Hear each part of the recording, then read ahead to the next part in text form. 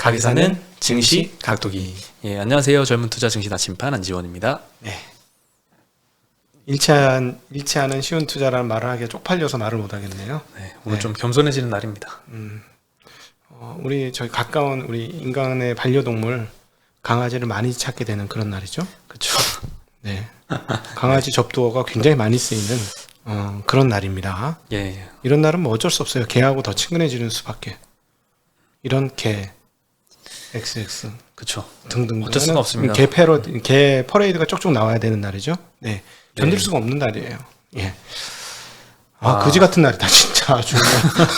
진짜. 이게 사실 아침에 쭉 뺐다가 좀 회복을 했거든요. 원래 보면 9시에 하고 10시에까지 올라가다 10시부터 다시 빠져요. 꼭 그래요. 꼭 그렇습니다. 예. 근데 이제 중국 시장에 열리는 거 보고 다시 바뀌는데 오늘은 그것도 없었어. 중국 시장 플러스 났습니다. 현재 시점 중국 홍콩 항생하고 홍콩 HSCEI는 플러스가 났어요. 0.2%씩. 우리는 아니었습니다. 그게 그지 같은 거지. 그렇죠. 뭐 코스피가 1.9% 마이너스였고요. 코스닥이 2.8% 마이너스였습니다. 네. 오늘 정말 많이 빠진 것 같은데요. 네. 개인 투자자들이 코스피는 3,500억 샀는데 코스닥은 2,300억 매도를 했습니다. 네. 외국인이 코스피는 6,200억 팔았거든요. 오늘 삼성전자 3조 팔았습니다. 굉장히 많이 팔았는데 네. 코스닥에서는 1,000억 매수를 했고요. 기관이 오늘 코스피에서 2,300억 매수, 코스닥에서는 1,300억 매수했습니다. 네. 오늘은 기관이 조금 그래도 좀 방어를 해주려고 했는데 그래도 많이 반등을 못해서 마감을 했습니다. 네. 네. 네, 오늘 뭐 저기 빠지는 걸로는 조금 이따 그 얘기하겠습니다만은 바이오 가지신 분들은 지금 좀 허걱 하시겠어요. 놀랐을 거예요. 그 코로나 치료제가 이제 머크의 치료제 임상 데이터 발표가 있었거든요. 이제 네. 금요일 날 저녁이었나 이제 있었는데 뭐 이건 사실 먹는 예견한 약이죠? 이슈는 아니었어요. 먹는 예. 약. 네. 네.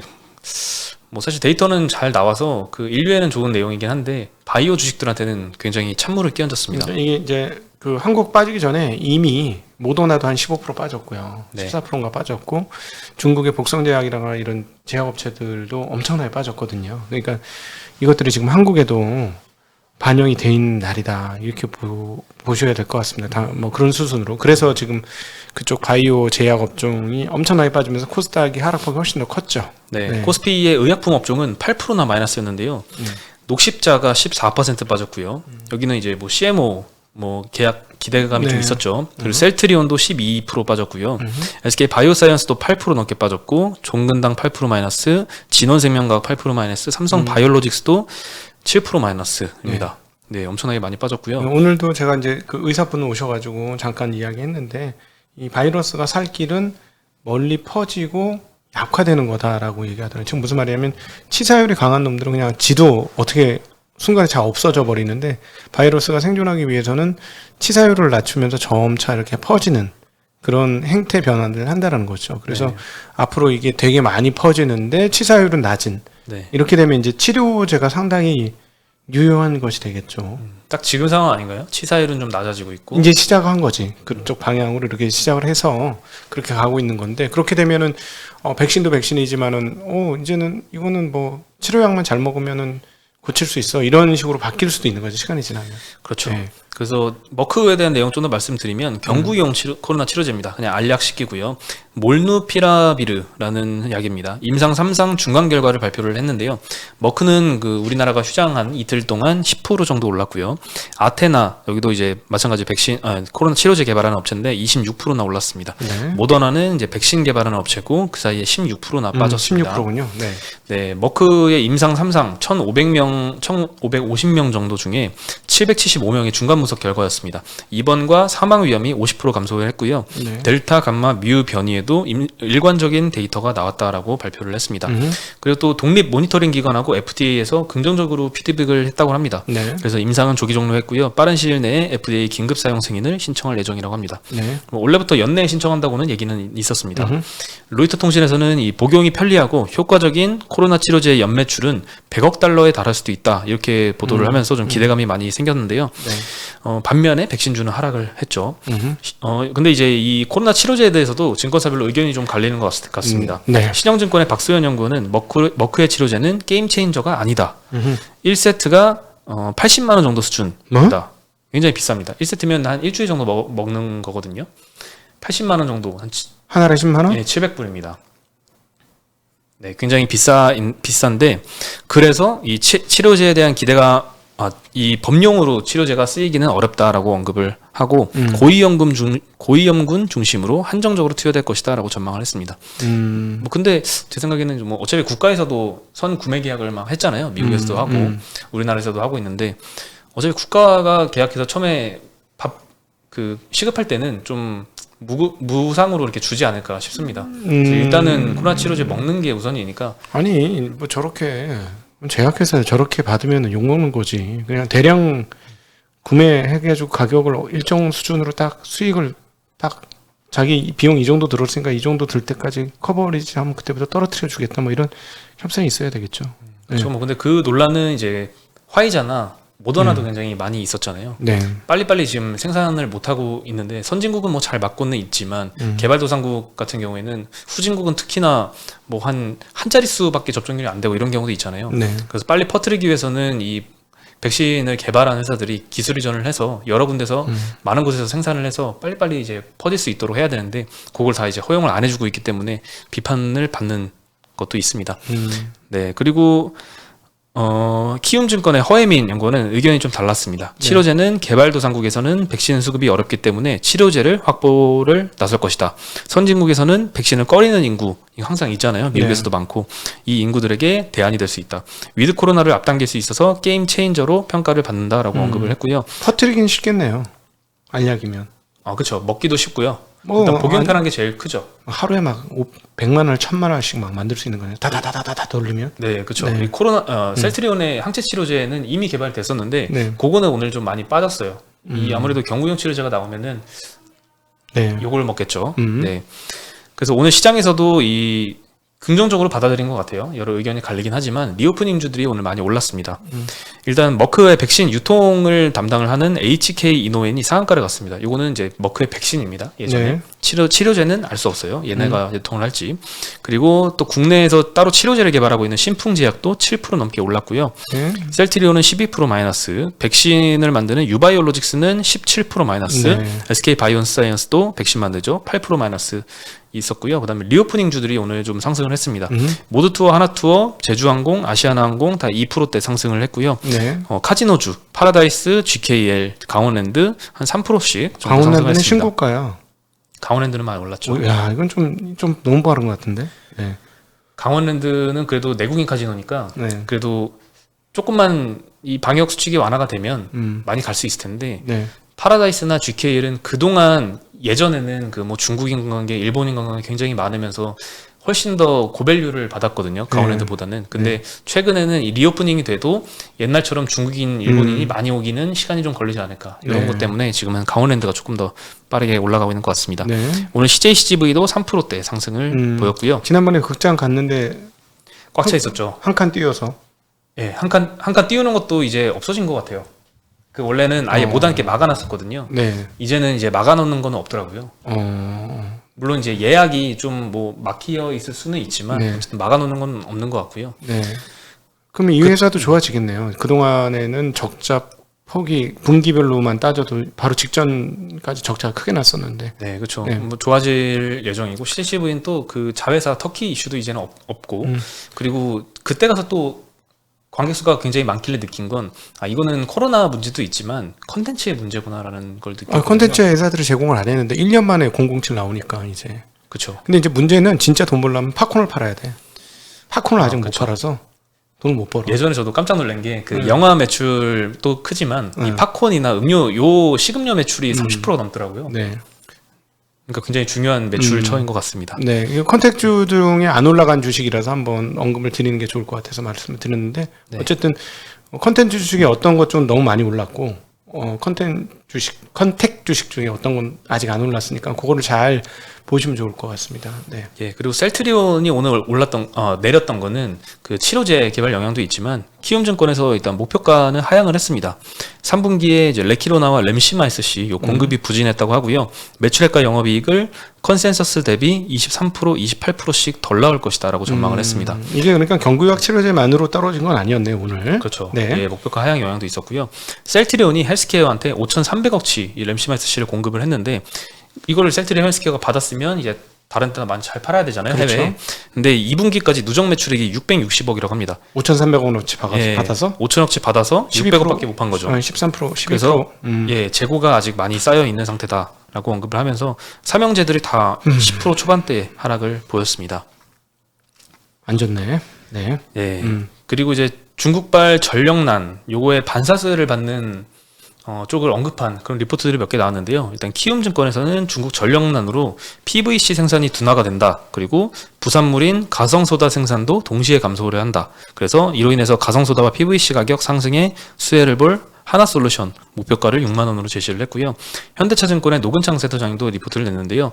중국 전력난으로 주요 생산 공장의 가동률이 크게 하락을 했고 부가가치가 낮은 업체들은 일주일에 한 2일에서 3일 정도만 가동을 한다고 합니다. 근데 문제는 이제 소규모 공장 가동률이 낮아지면 메모리 반도체 공급에도 영향을 줄 수 있어서 반도체 가격이 상승할 수 있다. 이런 의견을 주었습니다. 작년 1분기 때도 우한이 폐쇄가 됐을 때 후베이성에 위치한 PCB 공장 가동이 중단이 되면서 서버용 그리고 PC용 디램 가격이 급등했다라고 언급을 했는데요. 수요 업체 입장에서도 전력 부족으로 인한 수급 차질을 우려해서 재고 축적할 수요가 커진다. 이렇게 전망을 했습니다. 그래서 PC와 서버용 디램의 10월 고정 가격 이제 발표를 앞두고 있거든요. 네. 계약 발표도 봐야 될 것 같습니다. 지금 사실은 그 글로벌리하게 지금 금융시장이 혼돈에 빠지게 된 이유 중에 하나가 이 공급 적체, 그 다음에 네. 이 공급 적체의 끝판왕인 전력난, 그리고 이 공급 적체가 되는 과정에서 중국의 공장 가동률은 엄청나게 올라갔죠. 네. 근데 이 전력난 때문에 공장 가동률이 떨어지면 어떻게 될 건가 하는 생각도 굉장히 복잡하게 뭐랄까, 1차 함수가 아니고 2차 함수, 3차 함수 막 이렇게 되는 것 같아요. 네. 3차 함수라는 건 있나요, 근데? 있죠. 아, 있어요? 그럼. 네. 저는 문과생이라 잘 모르겠습니다. 죄송합니다. 더하기 빼기밖에 못해요. 근데 어쨌든, 그러니까 이렇게 함수의 차원수가 막 높아지는 것처럼 계속 이렇게 적층되니까 변수들이 굉장히 어렵게 되는데 그 중에 하나가 이제 지금의 중국의 이 상황들, 그리고 이 상황들이 이제 무슨 생각까지 하게 만드냐면 중국 지방정부의 재정난까지 생각나게 만드는 그런 상황인 거죠. 그러니까 참, 네. 여러모로 골 때리는 상황들이 지금 전개되고 있는 겁니다. 자, 이게 어떻게 될지 오늘 저희가 연합인포맥스 나가죠. 화요일이지만 네. 특별히 저희가 부름을 받았습니다. 그래서 우리 김경환 애널도 네. 나옵니다. 중국 1등 애널 중에 하나죠. 그래서 저희가 이런 거에 대해서 한번 물어볼 예정입니다. 어떻게 대답하는지 들어보시면 도움이 되시지 않겠는가 싶습니다. 네. 네. 그리고 저는 9월 자동차 판매량 보고 굉장히 깜짝 놀랐는데 많이 줄었더라고요. 9월에 일단 내수 판매를 봤을 때는 전체 완성차 업체들은 33% 정도 감소를 했고요. 네. 물론 추석 연휴가 껴있어서 조업 차질 영향도 좀 있습니다. 현대기아뿐만 아니라 대부분의 업체들이 다 큰 폭으로 감소를 했는데요. 현대차가 35% 감소했고 전년 대비, 기아가 30% 감소했고 네. 한국 GM이 36% 감소, 쌍용차 53% 감소, 르노 삼성 25% 감소. 굉장히 크게 감소를 했고요. 내수만의 문제는 아닙니다. 해외 매출도 감소를 했는데요. 현대기아차의 해외 수출과 현지 판매 다 합친 수치입니다. 전년 대비 15.6% 하락했고요.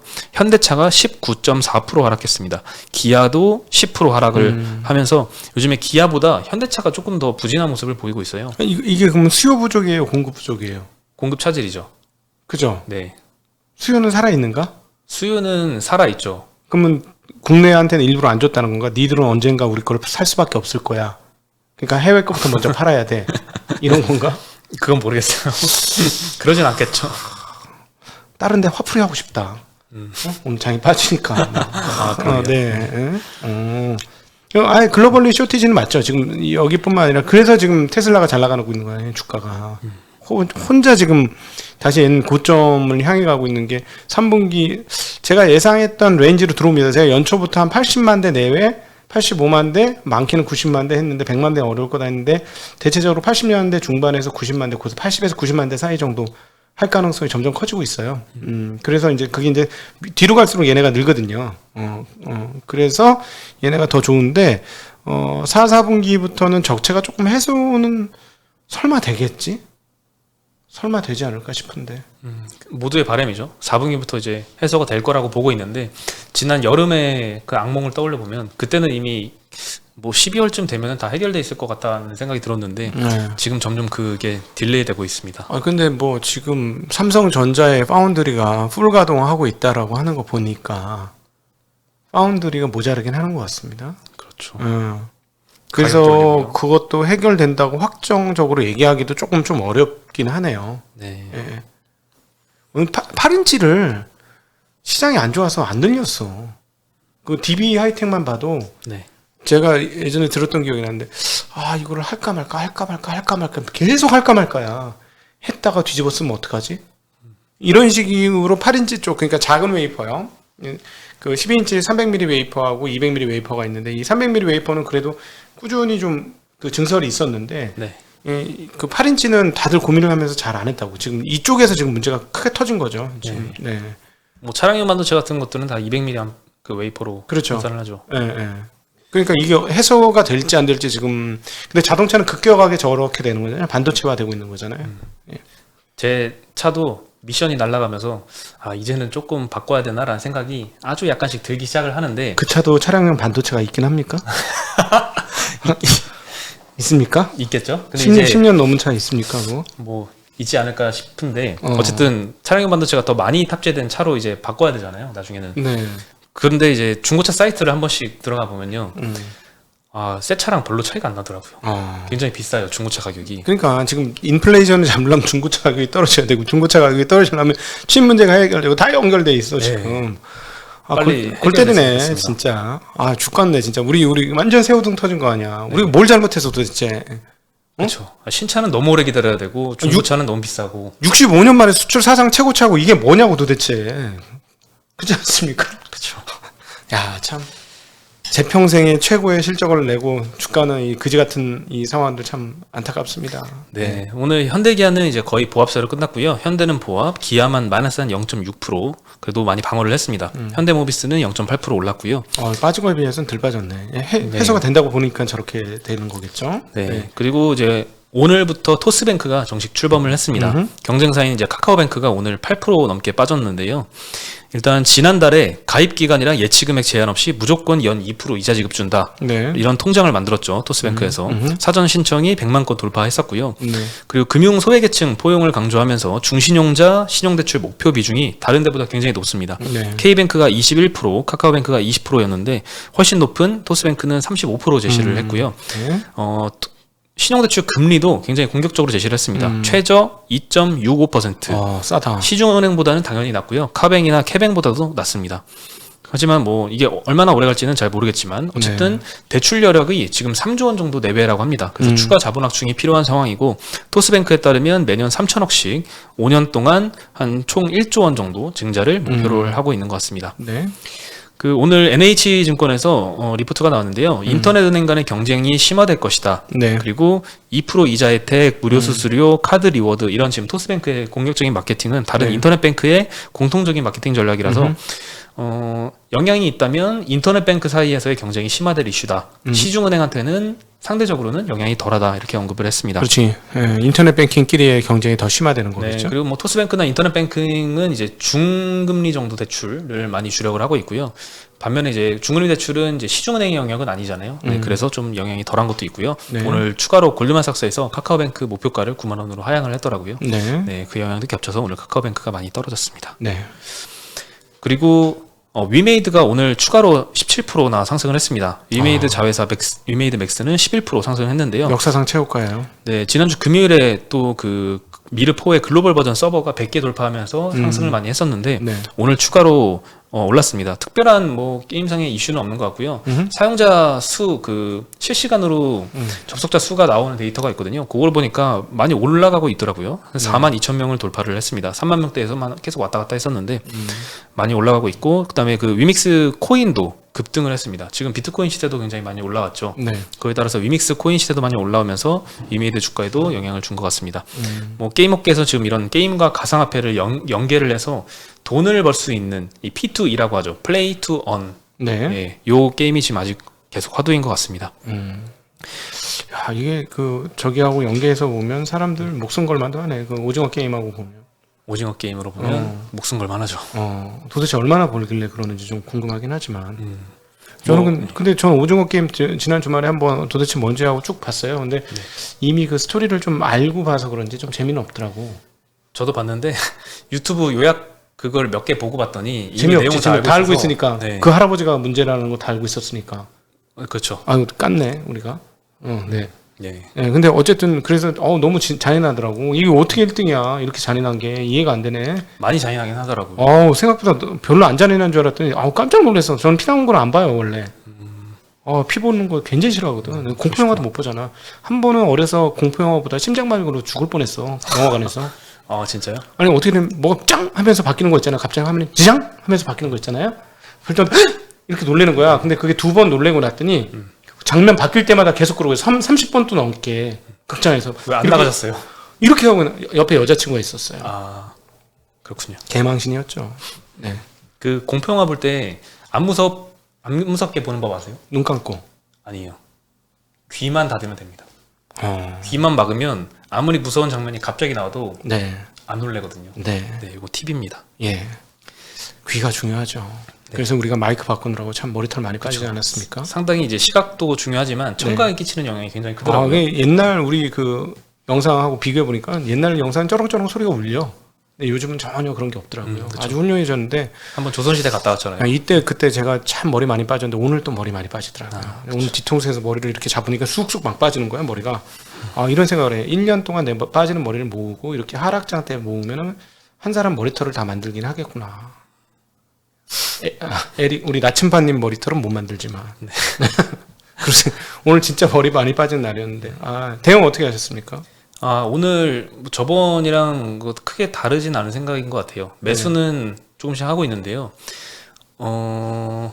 조금 더 상승 여력이 커 보이는 종목으로 조금 더 이동을 하고 있고 전체적으로 현금 비중도 조금씩 줄여가고는 있습니다. 네, 근데 저는 오늘 지난 주말보다 손이 더 안 나가더라고요. 손이 더 안 나가. 너무 조심스러워졌어. 그러는 거 보니까 이제 쫄린 거야. 드디어 나 현금을 지난번 우리 8월달 하락 때는 상당히 공격적으로 현금을 줄였거든요. 네. 그때는 마음이 편안했어요. 근데 이번에는 좀 쫄리더라고. 쫄려서 잘 안 돼. 버튼이 좀 덜 눌러져. 그러는 거 보니까 진바닥이 가까워오고 있구나. 내가 이렇게 좀 둔해지는 거 보니 원래 공격적으로 그러면서 이제 복귀록을 쓰는 거. 이럴 때 공격적으로 사지 왜 이럴 때 안 사고 이렇게 사야 될 때 준비를 덜 했느냐. 현금 비중을 더 높여놨으면 조금 더 공격적으로 샀을 텐데 현금 비중을 높인다고 해놓고 원하는 만큼 못 높이니까 살 때도 공격적으로 못 사고 있는 거예요. 그래서 그런 아쉬움이 있었고 드디어 이제 반대 매매 신호가 막 나오지 않습니까? 저도 아까 이제 그 업무팀에 확인을 했는데요. 네. 평소보다 훨씬 더 많은 반대 매매 예정 물량이 나오고 있다고 하더라고요. 네. 네, 일단은 1차 물량이 제일 많은 것 같고요. 1차 반대 매매. 그러면 내일까지 빠져야지 그 다음 날 반대 매매가 나오는 거죠. 네. 평소보다 많이 빠지는 거라서 사실 금요일에도 이 말씀을 드렸잖아요.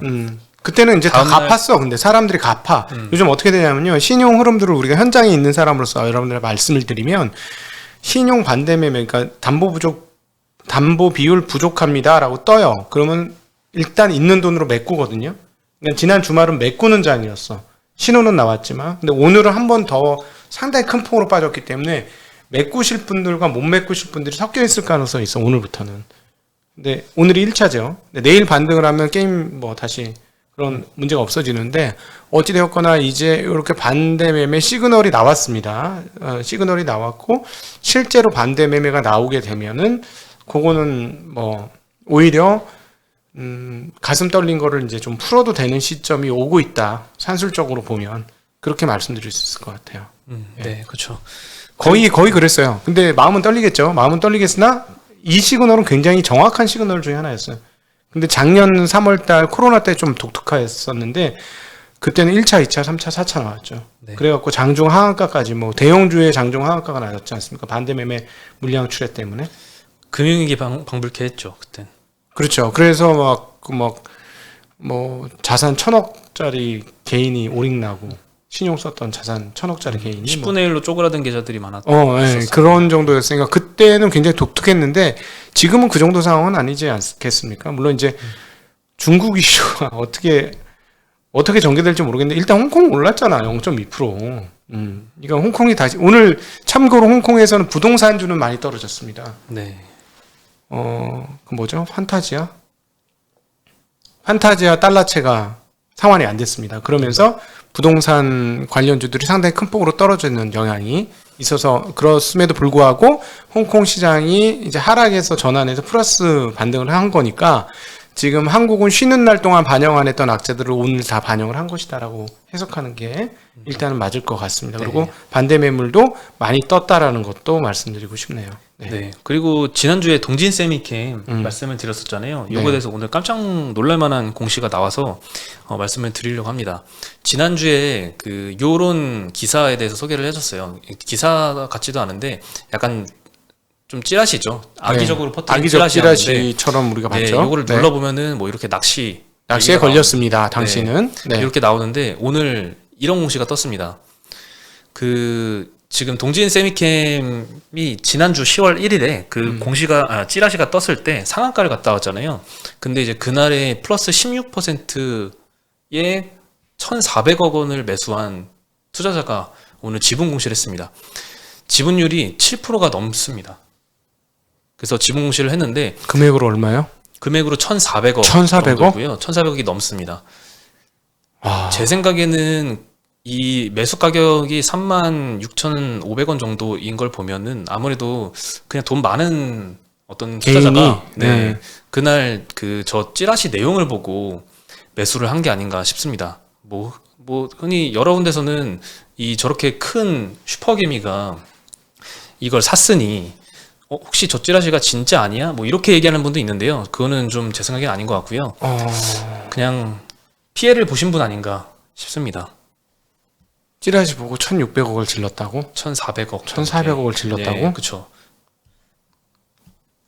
조금 놀랐습니다. 저도. 그래서 지금 찾아보니까 지금 저 이름으로 가지신 어학원이 하나 있네요. 어학원 사장님이신가? 네, 동명이인인지 그건 모르지. 그건 모르겠지만. 근데 요즘에 뭐 그 교육 사업 잘해갖고 돈 버신 분들 뭐 연봉이 200억, 300억 이러신 분들은 있긴 있잖아요. 그렇긴 하죠. 그분이실까? 네, 저도 저희는 누군지 모릅니다. 궁금하네요. 모릅니다. 어쨌든 1,400억 개인이 샀다고? 네. 한 방에? 예, 그쵸. 하루 만에? 예. 초유의 일이네요. 예. 네. 오늘까지 저 산 게 손실이 160억이 넘는 것 같아요. 이건 상한가에서 물린 것 치고는 뭐 괜찮네. 괜찮나요? 상한가까지 갔는데 물렸는데 10% 물렸네. 그러니까 올라가는 과정에서 계속 샀구나. 그런 것 같아요. 이게 평균 가격이 플러스 16% 그날 네. 당시에 그거였으니까 밑에서부터 샀으면 뭐 더 위에서도 담고 해가지고 평균적으로 저렇게 된 것 같습니다. 야, 이게 도대체 뭔 일이란 말인가? 혹시 이제 오늘 말씀드린 내용에서 추가되는 이제 소식이 있으면 따로 또 전달을 해드리겠습니다. 비트코인에서 돈 먹은 큰 손인가? 그럴 수도 있죠. 요즘 워낙 그 벼락부자들이 많아서 정말 이게 맞다면 정말 갑자기 우리처럼 정통파로 한 칸 한 칸 한 계단씩 올라가세요. 복리 투자의 마법. 하는 게 마치 바보처럼 느껴지네요. 그렇죠. 그래도 우리는 복리 투자의 마법을 믿도록 하겠습니다. 네. 급하지 않고 천천히 가겠습니다. 네. 이런 피해자도 있듯이 그 저런 악의적인 찌라시는 당연히 처벌이 필요할 것 같아요. 네. 네. 네, 그래야 될 것 같습니다. 네. 예, 오늘 뭐 장도 많이 빠져서 힘드실 것 같은데요. 네. 얼마 안 남지 않았을까 생각이 듭니다. 일단 당장은 반대매매 때문에 뭐 내일 아침에는 조금 하락으로 시작을 할 수는 있을 것 같아요. 뭐 오늘 그러니까 만약에 내일 아침에 반대 매매가 나온다면 그거는 사실은 일단 1차적으로 바닥 시그널은 하나 나온 거라고 봐야 되겠죠. 네. 네, 그럼 저희는 오늘 연합 인포맥스에서 또 뵙겠습니다. 여기서 인사드리겠습니다. 안녕.